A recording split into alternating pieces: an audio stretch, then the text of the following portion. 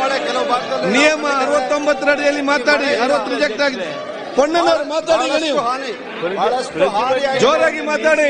ನೀವೆಲ್ಲ ಕೂತ್ಕೊಳ್ಳಿ, ಬೇರೆ ಕೂತ್ಕೊಳ್ಳಿ, ನೀವು ಕೂತ್ಕೊಳ್ಳಿ, ಕೂತ್ಕೊಳ್ಳಿ, ಬಸಂತ ಕೂತ್ಕೊಳ್ಳಿ. ಅಲ್ಲ ಮಾತಾಡ್ತಿದ್ದಾರೆ, ಅವ್ರು ಮಾತಾಡ್ತಾರೆ. ಅಧ್ಯಕ್ಷರೇ, ಪ್ರಜಾಪ್ರಭುತ್ವಕ್ಕೆ ಕಾವೇರಿ ನದಿ ಹುಟ್ಟುವಂತ ನಾಡಿನಿಂದ ಗೌರವ ಘನತೆ ಮಾತನಾಡಲಿಕ್ಕೆ ಬಯಸ್ತಾ ಇದ್ದೇನೆ. ಪ್ರತಿಭಟನೆ ಮಾಡಲಿ. ಕಾವೇರಿ ಯಾವ ನಿಯಮದಡಿ ತಂದಿದ್ದೀರಾ? ಇದರಲ್ಲಿ ಅಜೆಂಡಾದಲ್ಲಿ ಬಂದಿದೆ. ಇದು ಅಕ್ರಮ, ಇದು ಅಕ್ರಮ. ಅಜೆಂಡಾದಲ್ಲಿಲ್ಲ. ಅದು ಬಗ್ಗೆ ಅಜೆಂಡಾದಲ್ಲಿ ಏನಿದೆ? ಏನಿಲ್ಲ, ಅಜೆಂಡಾದಲ್ಲಿಲ್ಲ, ಏನೂ ಇಲ್ಲ. ಅದೇ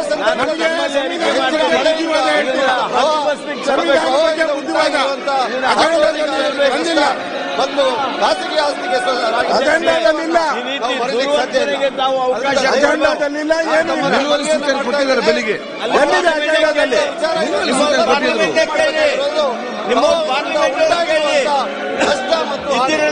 ಮನೆ ಒಳಗಡೆ ಸೀಟಿಗೆ ಬಂದು ವಾಸ ಮಾಡಲಿಕ್ಕೆ ಜಾಗ ಪರಿಸ್ಥಿತಿ ಕರ್ನಾಟಕ ರಾಜ್ಯದ ಹಲವು ಭಾಗದಲ್ಲಿ ಆಗಿದೆ, ಹೆಚ್ಚಾಗಿ ಕೊಡಗಿನಲ್ಲಿ ಕೂಡ ಆಗಿದೆ. ಗಮನಿಸಬೇಕಾಗುತ್ತೆ, ಸೂಕ್ತ ನಿರ್ಧಾರಗಳನ್ನು. ಫ್ಲಡ್ ಆದಾಗ ಒಬ್ರು ಹೋಗಿಲ್ಲ, ಜಿಲ್ಲಾ ಮಂತ್ರಿಗಳು ಒಂದ್ ಹಣ ನಯಾ ಪೈಸಾ ಬಿಡುಗಡೆ ಮಾಡಿಲ್ಲ, ಚರ್ಚೆ ಮಾಡಿ ಮನೆಗಳು ಬಿದ್ದೋಗಿದೆ, ಪರಿಹಾರ ಕೊಟ್ಟಿಲ್ಲ, ಏನಿಲ್ಲ. ಇವಾಗ ಇಲ್ಲಿ ಸಂಪಾದಕ್ಕೆ ಹೋಗುವ ಎಲ್ಲ ಪ್ರಯಾಣಿಕರನ್ನ ಕಡಿಮೆ ಮುಚ್ಚಾಕಕ್ಕೆ ರಾಜ್ಯಾದ್ಯಂತ ವಾಲ್ಮೀಕಿ ಹಗರಣವನ್ನ ಮುಚ್ಚಾಕಕ್ಕೆ ಮನೆಗೆ ಹೋಗಕ್ಕಾಗ್ತಾ ಇಲ್ಲ. ಯಾವ ನಿಯಮದಡಿ ತಂದಿದ್ದೀರಾ? ಹೆಚ್ಚಾಗಿ ಯಾವ ನಿಯಮದಡಿ ತಂದಿದ್ದೀರಾ? ರಸ್ತೆಗಳು ಮುಳುಗೋಗಿದೆ. ನಿಮ್ಗೆ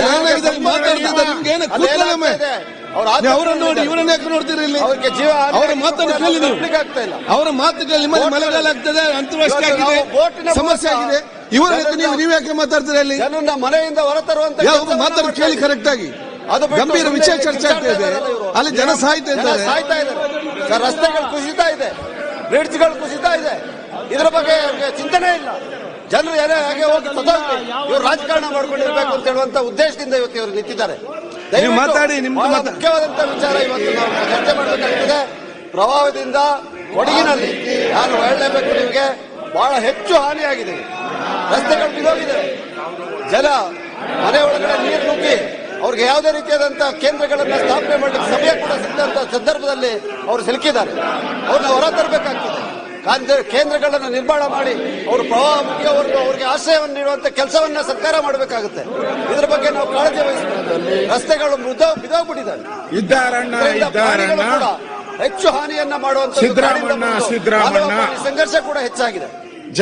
ಬಹಳ ಮುಖ್ಯವಾಗಿ ಇವತ್ತು ನಮಗೆ KRS ಡ್ಯಾಮ್ ಇರ್ಬೋದು, ಕಬಿನಿ ಇರ್ಬೋದು, ಹಾರಂಗಿ ಇರ್ಬೋದು, ಅದಕ್ಕೆ ನೀರು ಕೊಡುವಂತ ಪ್ರದೇಶ ಅಂದ್ರೆ ಕೊಡಗು. ಅಲ್ಲಿಯ ಜನ ಇವತ್ತು ತತ್ತರಿಸ್ತಾ ಇದ್ದಾರೆ. ಅವ್ರ ಕಡೆ ಯಾರು ನೋಡ್ತಾ ಇಲ್ಲ ಅಂತ ಹೇಳಿದ್ರೆ ಎಲ್ಲರೂ ಅರ್ಥ ಉಂಟು. ದಯವಿಟ್ಟು ನಾನು ತಮ್ಮಲ್ಲಿ ಮನವಿಯನ್ನ ಮಾಡ್ಲಿಕ್ಕೆ ಅವರ ಸ್ಪಂದಿಸಬೇಕಾಗ್ತದೆ. ಅವ್ರನ್ನ ಈ ಪರಿಸ್ಥಿತಿಯಿಂದ ಹೊರಗೆ ತರುವಂತ ಕೆಲಸವನ್ನು ಮಾಡಬೇಕು. ರಸ್ತೆಗಳನ್ನ ನಿರ್ಮಾಣ ಮಾಡಕ್ಕಾಗ್ಲಿಲ್ಲ ಅಂದ್ರೂ ಕೂಡ ಈಗ ತುರ್ತಾಗಿ ಯಾವ ರೀತಿ ಈ ಸಮಸ್ಯೆಯನ್ನ ಬಗೆಹರಿಸಬೇಕು ಅಂತ ಹೇಳೋದ್ರ ಬಗ್ಗೆ ಚಿಂತನೆ ನಡೀಬೇಕಾಗ್ತದೆ. ವಿದ್ಯುತ್ ಶಕ್ತಿ ಇಲ್ಲ. 4-5 ದಿವಸದಿಂದ ಹಲವಾರು ಭಾಗದಲ್ಲಿ ಕೊಡಗಿನಲ್ಲಿ ವಿರಾಜಪೇಟೆ ವಿಧಾನಸಭಾ ಕ್ಷೇತ್ರದಲ್ಲೂ ಕೂಡ ವಿದ್ಯುತ್ ಶಕ್ತಿ ಕಡಿಮೆ ಆಗಿದೆ. ಪೋಲ್ಗಳು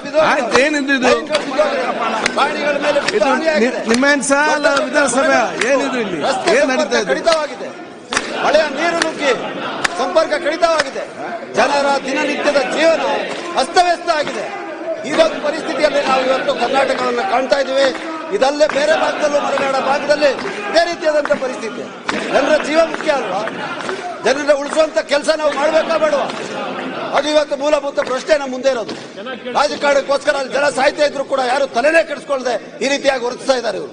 ದಯವಿಟ್ಟು ಈ ಚರ್ಚೆ ಬಹಳ ಗಂಭೀರವಾಗಿ ನಡೀಬೇಕಾಗ್ತದೆ. ಸರ್ಕಾರ ಕೂಡ ಅದಕ್ಕೆ ಉತ್ತರ ಕೊಡಬೇಕಾಗುತ್ತೆ. ಅದಕ್ಕೋಸ್ಕರ ಇವತ್ತು ಅಧಿವೇಶನ ಇರೋದೇ ಅದಕ್ಕೋಸ್ಕರ. ಇದು ಮಳೆಗಾಲದ ಅಧಿವೇಶನ. ಇದರಲ್ಲಿ ಮಳೆಯಲ್ಲಿ ಉಂಟಾಗಿರೋ ಪರಿಸ್ಥಿತಿಯ ಬಗ್ಗೆ ಚರ್ಚೆ ಮಾಡ್ತಾ ಇಲ್ಲ. ಅದು ಬಿಟ್ಟು ಇಲ್ಲೇ ಇರೋದನ್ನ ಚರ್ಚೆ ಮಾಡ್ಲಿಕ್ಕೆ ಇವ್ರು ಮಾಡ್ತಾ ಇದ್ದಾರೆ. ಮಾತಾಡಿ.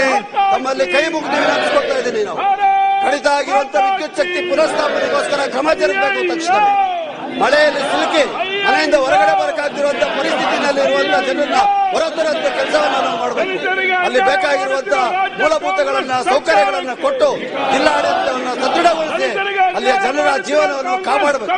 ನಾಳೆ ಯಾರೇ ಸಾವುಗೊಳಗಾದ್ರೆ ಯಾರು ಜವಾಬ್ದಾರರಾಗ್ತಾರೆ? Okay, next. ಇವತ್ತು ಕೊಡಗಿನಲ್ಲಿ ಯಾರಿಗೂ ಆಗಿಲ್ಲ, ಆದ್ರೆ ಬೇರೆ ಕಡೆ ಸಾವುಗೊಳಗಾಗಿದ್ದಾರೆ. ಯಾರು ಇವ್ರಿಗೆ ಜವಾಬ್ದಾರರಾಗ್ತದೆ? ನೆಕ್ಸ್ಟ್. ಭೂ ಕುಸಿತ ಕೂಡ ಆಗ್ತಾ ಇದೆ. ಧನ್ಯವಾದಗಳು.